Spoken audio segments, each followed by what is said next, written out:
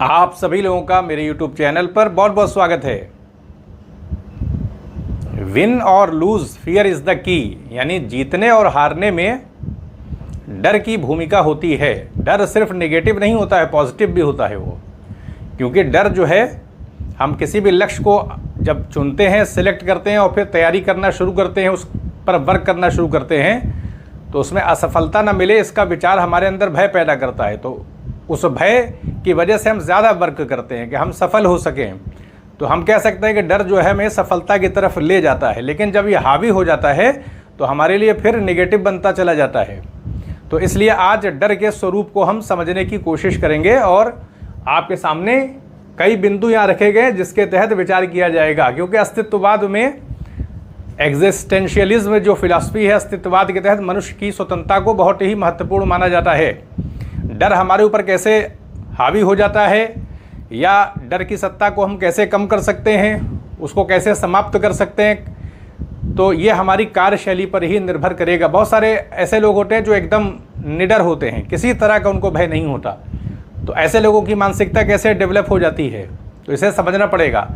तो सबसे पहली चीज़ ये है कि अगर हम समाज के कल्याण के लिए काम कर रहे हैं, ज़रूरतमंद लोगों के लिए काम कर रहे हैं, जो नीडी लोग हैं, तो अगर हम धन का ज़्यादा से ज़्यादा उपयोग दूसरों के लिए कर रहे हैं, हमारा जीवन दूसरों के लिए, दूसरे अपने जीवन में सफल हो सकें, इसको लेकर के हम अपने जीवन को आगे बढ़ा रहे हैं, तो जब हम पूरी तरीके से सेल्फ सेंटर्ड नहीं हो जाते हैं, आत्म केंद्रित नहीं रहते हैं और कहीं ना कहीं अपने जीवन के साथ साथ दूसरों के जीवन में भी भलाई पैदा हो सके ये विचार सोचते हैं और किसी के लिए आगे कोई रोड़ा पैदा नहीं करते हैं और सच्चाई में प्रेम करते हैं जैसे कि प्रेम करना चाहिए, वैसी भावना अगर हमारे अंदर है तो हम डर से काफ़ी हद तक दूर रहेंगे। कहने का अर्थ ये है कि समाज के अंदर हम अपने अस्तित्व को लेकर के जब चिंता करते हैं तो भय पैदा हो जाता है।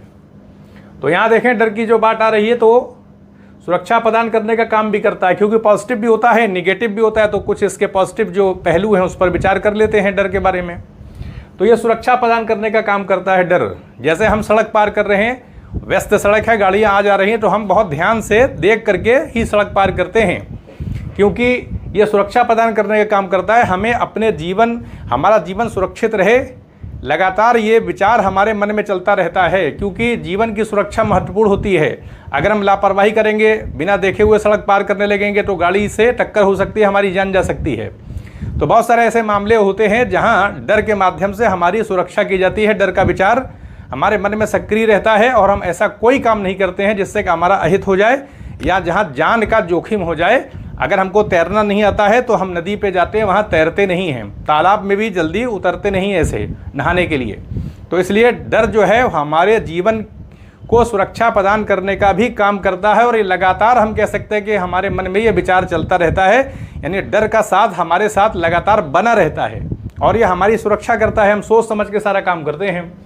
इसी तरह से देखें कि मोटिवेशन देने का काम भी करता है। ये कैसे मोटिवेट करता है डर? जैसे हमने आईएएस की तैयारी का लक्ष्य निर्धारित किया कि हमको प्रतियोगी परीक्षाओं में आईएएस बनना है, मान लीजिए अलग अलग एग्ज़ाम्स होते हैं, तो अगर किसी ने विचार किया कि हमको आईएएस बनना है, अब तैयारी शुरू कर दी गई, तो जैसे ही हम संकल्प ले लेते हैं, फॉर्म भर देते हैं, तैयारी करना शुरू कर देते हैं, तो असफल होने का भय जो है कहीं ना कहीं पैदा हो जाता है। क्योंकि प्रतिस्पर्धा रहती है, तो बात पता ही रहती है कि आसान नहीं होती परीक्षा। तो हमारे मन के अंदर कहीं ना कहीं डर की भावना आ जाती है कि क्या होगा, आगे तैयारी कर रहे हैं, होगा कि नहीं होगा, इस तरह की बातें चलने लगती हैं और हम ये समझते हैं कि प्रतिस्पर्धा है, हमें अपनी क्वालिटी को डेवलप करना है, परिस्थितियों के तहत रहते हुए, समाज में जीवन जीते हुए सारे दायित्वों को पूरा करना होता है। तो इसलिए हमें कहीं ना कहीं मोटिवेट करने का काम करता है। हम अगर कहीं ढीले पड़े तो भय जो है वो हमारे अंदर हमें आगे बढ़ाने का काम करता है, क्योंकि आलस्य से हम उसका साथ लेकर के आगे नहीं बढ़ सकते। अगर हम ढिलाई करेंगे या किसी दिन 2-3 दिन हम नहीं पढ़ सके तो अचानक जो है वो कह सकते हैं एक प्रेशर क्रिएट हो जाता है कि ये हम क्या कर रहे हैं, और फिर हम तैयारी अपनी शुरू कर देते हैं। तो कहने का अर्थ है कि हमें ये मोटिवेट करने का काम भी करता है, हमें सजग बनाए रखने का काम करता है कि हम जिस लक्ष्य को लेकर के चल रहे हैं उसके प्रति समर्पित रहें। तो अगर कहीं भटकाव आ जाता है, समाज के अंदर बहुत सारी क्रियाएँ होती रहती हैं, फंक्शंस होते रहते हैं तरह तरह के, तो ऐसे में ये ज़रूरी हो जाता है कि हम खुद को नियंत्रित करें। तो नियंत्रित करवाने के लिए डर जो है अपनी भूमिका जो है निभाता है। तो इसलिए हमें मोटिवेट मोटिवेट करने का काम करता है, यानी हमें आगे बढ़ाता है। हम ज़्यादा से ज़्यादा पढ़ने लगते हैं, हम अपनी कमज़ोरी से परिचित होते हैं, उसको दूर करने के लिए, उस डर को कम करने के लिए लगातार और ज़्यादा प्रयास करने लगते हैं, तो इसलिए लक्ष्य को प्राप्त भी कर लेते हैं। बहुत सारे ऐसे लोग होते हैं जो उनको लगता है कि हम इतने योग्य नहीं हैं और हमने तैयारी लक्ष्य इतना बड़ा ले लिया है, तो उसमें अपनी योग्यता को बढ़ाने के लिए दिन रात फिर परिश्रम मेहनत की जाती है। तो किस आधार पर? वही डर के लिए, क्योंकि अगर हमने मेहनत नहीं की, परिश्रम ज़्यादा से ज़्यादा परिश्रम करने का काम नहीं किया, तो इतना बड़े लक्ष्य को हम सिद्ध नहीं कर सकते। तो इसलिए डर जो है वो कहीं ना कहीं हमें आगे बढ़ाने का, ज़्यादा से ज़्यादा परिश्रम करवाने का काम भी करता है। तो ये सिर्फ नेगेटिव नहीं होता है, आत्मविश्वास बढ़ाने में सहायक होता है ये। क्योंकि जब हमारे अंदर डर पैदा हो जाता है, अब जैसे हम अगर अंक गणित में, बीज गणित में, यानी मैथमेटिक्स में कमज़ोर हैं, किसी विषय में कमज़ोर हैं, तो ये कमज़ोरी का भाव हमारे अंदर भय पैदा करता है, हमें असुरक्षा देने का काम करता है। और फिर ये जो भय पैदा हो जाता है तो हम उसके लिए काम करना शुरू करते हैं, मेहनत करते हैं, और जब धीरे धीरे मेहनत करने लगते हैं और उसमें एक पकड़ बनने लगती है तो आत्मविश्वास आने लगता है, कहने का अर्थ है। तो भय की वजह से, डर की वजह से हमने लगातार मेहनत की, उसके आधार पर आत्मविश्वास हमको प्राप्त किया, तो उसी के हिसाब से डर हमारा क्या हो जाता है? कम हो जाता है। तो कहने का अर्थ ये है कि आत्मविश्वास जितना बढ़ता चला जाएगा, उसी के अनुपात में भय भी क्या, उसका स्तर भी कम होता चला जाएगा। भय जो होता है तथ्यात्मक भी होता है। तथ्यात्मक का मतलब ये है कि इसको ऐसे समझा जा सकता है कि ये काल्पनिक भी हो जाता है। अभी आप देखेंगे यहाँ पर कि ये जो भय होता है वो तर्कहीन भी हो जाता है। जैसे अगर पीजीटी का मान लिया फॉर्म भरा गया इंग्लिश में और पता चला कि 100 सीटें हैं लेकिन 1 लाख लोगों ने फॉर्म भरा है, तो जब ये आंकड़ा आता है कि 1 लाख लोगों ने फॉर्म भरा है तो हमारे अंदर कहीं ना कहीं भय पैदा हो जाता है, क्योंकि हमें उसमें सफल होना है, सीटें हैं कम और 1 लाख लोग बैठे हुए हैं। तो ऐसे में कहीं ना कहीं डर रहता है कि क्या होगा, सिलेक्शन होगा कि नहीं होगा, और फिर उस डर की वजह से हम तैयारी करना शुरू कर देते हैं। अब इसी को घटा दिए, हम आंकड़ा घटा देते हैं और ये बता दिया जाए कि 100 सीट है लेकिन सिर्फ 2000 लोगों ने ही फॉर्म भरा हुआ है, तो हमें कहीं ना कहीं राहत हो जाती है कि 100 सीट है, 2000 लोग हैं, तो हमारा आसानी के साथ हो सकता है। और तैयारी जो है वो मतलब इतनी गंभीरता नहीं रहती है, ये लगता है कि अरे ये तो आसानी के साथ हम निकाल सकते हैं, इतनी तो क्षमता है ही है, तो हो जाएगा, 2000 लोग हैं, 100 सीट है।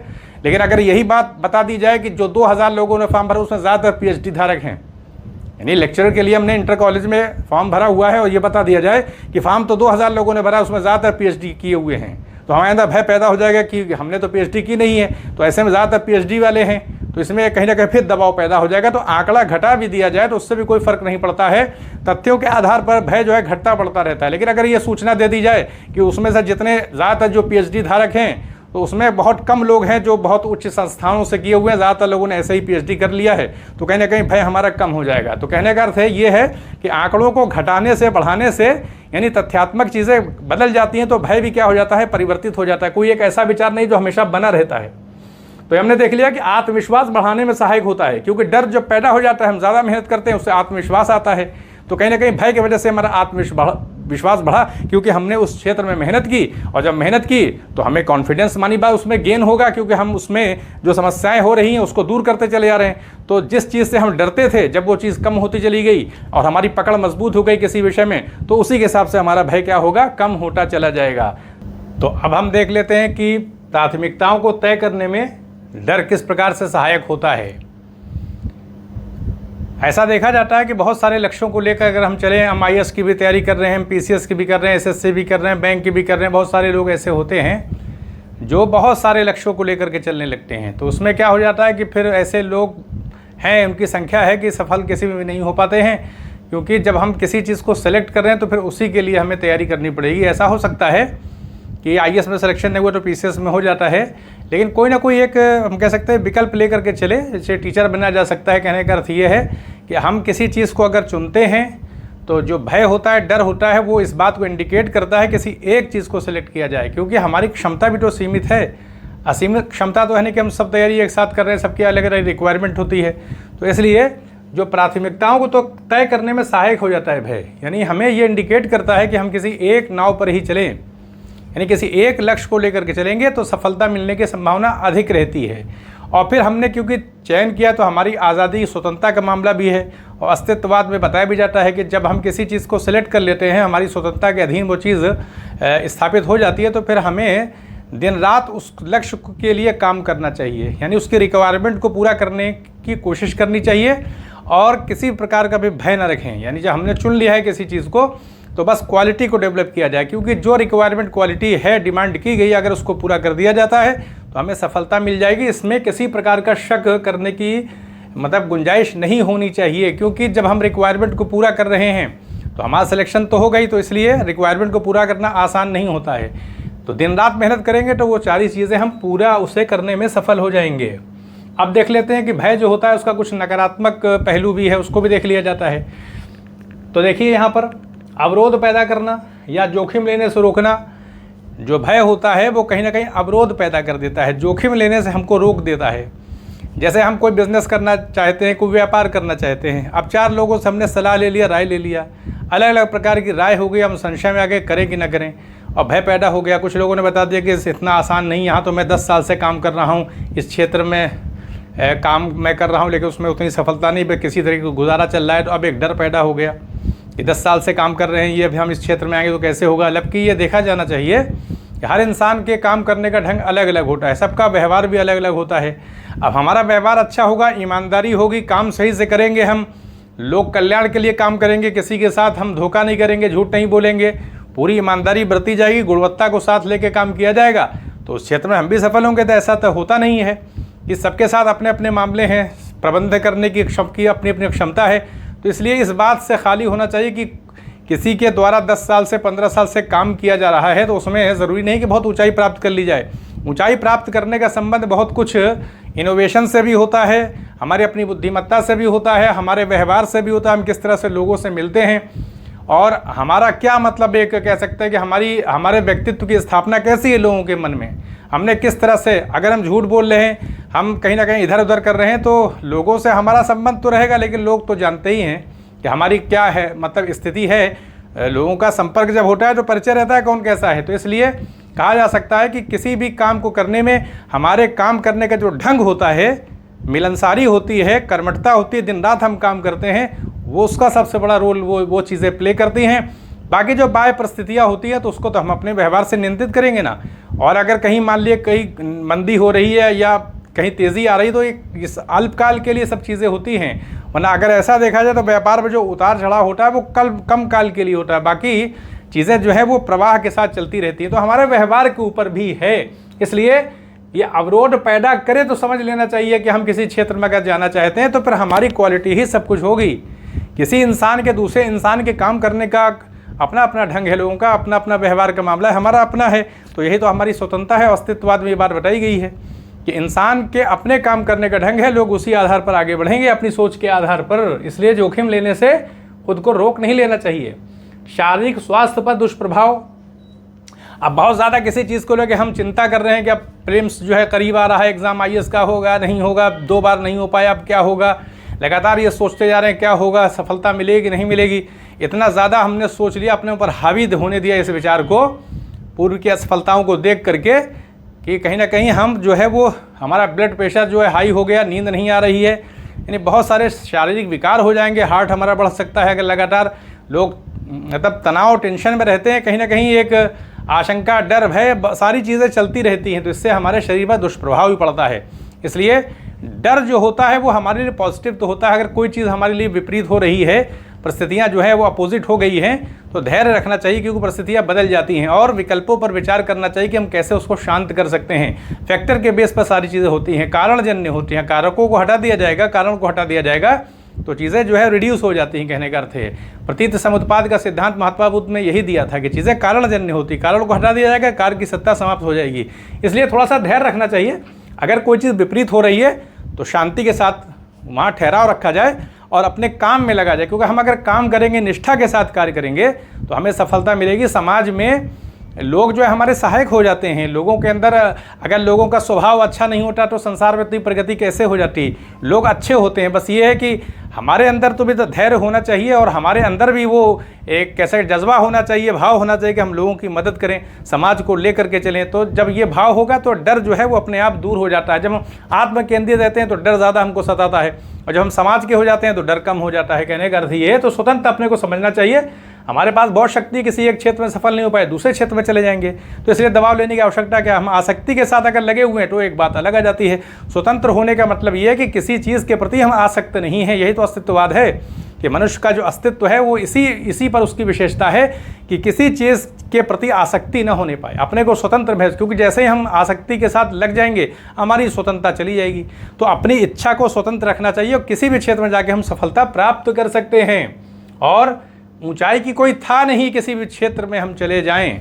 आप औरंगज़ेब के काल में देख लिए, मुग़ल काल में देख लिए, आप शाहजहाँ के पीरियड में आप देख लिए, मीर जुमला जो कि ईरान में थे और जो कि यहाँ पर कह सकते हैं कि जवाहरात का काम करते थे, यानी हीरे और मोती ये सब जितने कीमती पत्थर उसका काम करते थे, ईरान में रहते थे। वहाँ के बादशाह के द्वारा उनको जब पीड़ित किया गया, मतलब वहाँ मामला सही नहीं रहे, तो ईरान छोड़ करके वो भारत चले आए और फिर गुजरात में काम करते रहे। फिर धीरे धीरे जब दक्षिण भारत में औरंगज़ेब गए तो वहाँ संपर्क हो गया। वैसे वो अहमदनगर में, गोलकुंडा में, ये दक्षिण की रियासतों में लगातार वो काम करते थे और बुद्धिमान थे, अच्छे थे, व्यवहार कुशल थे, क्योंकि कुशलता बहुत बड़ी चीज़ होती है, प्रबंधन करना उनको आता था। यहाँ तक कि औरंगज़ेब उनका अपना गुरु तक उन्होंने कह दिया था।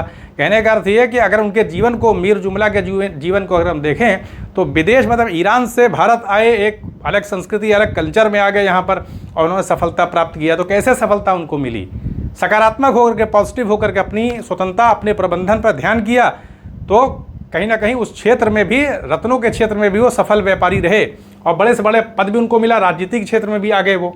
तो इसलिए अपनी शक्ति को जो है वो कम नहीं आंकना चाहिए कि हम आईएएस बनेंगे या किसी क्षेत्र में अगर हम नहीं हुए तो निराश हो जाएं। किसी भी क्षेत्र में हम जा सकते हैं।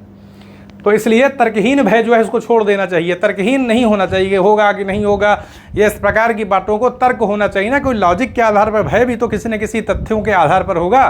तो देख लेना चाहिए कि हमारा जो डर है, जो भय है, उसके पीछे कौन से कारक हैं, क्या चीज़ है, किसके आधार पर वो पैदा हो रहा है। तो बस उस आधार को देख लें, अगर वो लॉजिकल है तो फिर कोई दूसरा विकल्प तलाशा जाए ताकि वो रिड्यूस हो जी चीज़।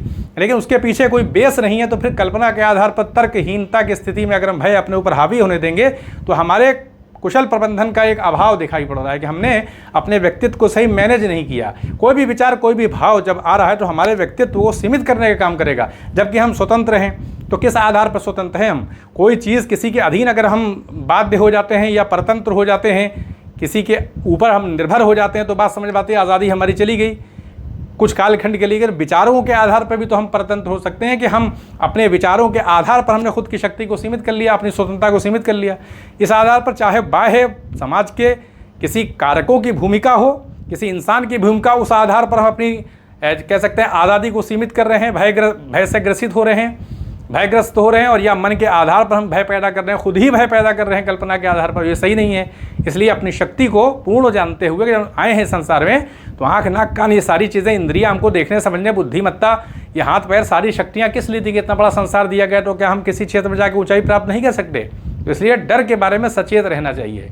तो डर के बारे में जो एक विचार था उसे संक्षेप में आपके सामने रखने की कोशिश की गई है, ताकि अगर किसी के ऊपर डर, बहुत से लोग ऐसे होते हैं जिनके ऊपर भय काम करता रहता है, उससे वो असफल हो जाते हैं, उनके पास योग्यता रहती है, तो ये चीज़ें दूर हो सकें, इसीलिए इसका सिलेक्शन मैंने किया था। तो यहीं पर अनुमति दें, चैनल को सब्सक्राइब भी करें, शेयर भी करें, अपना मत भी आप दे सकते हैं। आप सभी लोगों का बहुत बहुत धन्यवाद।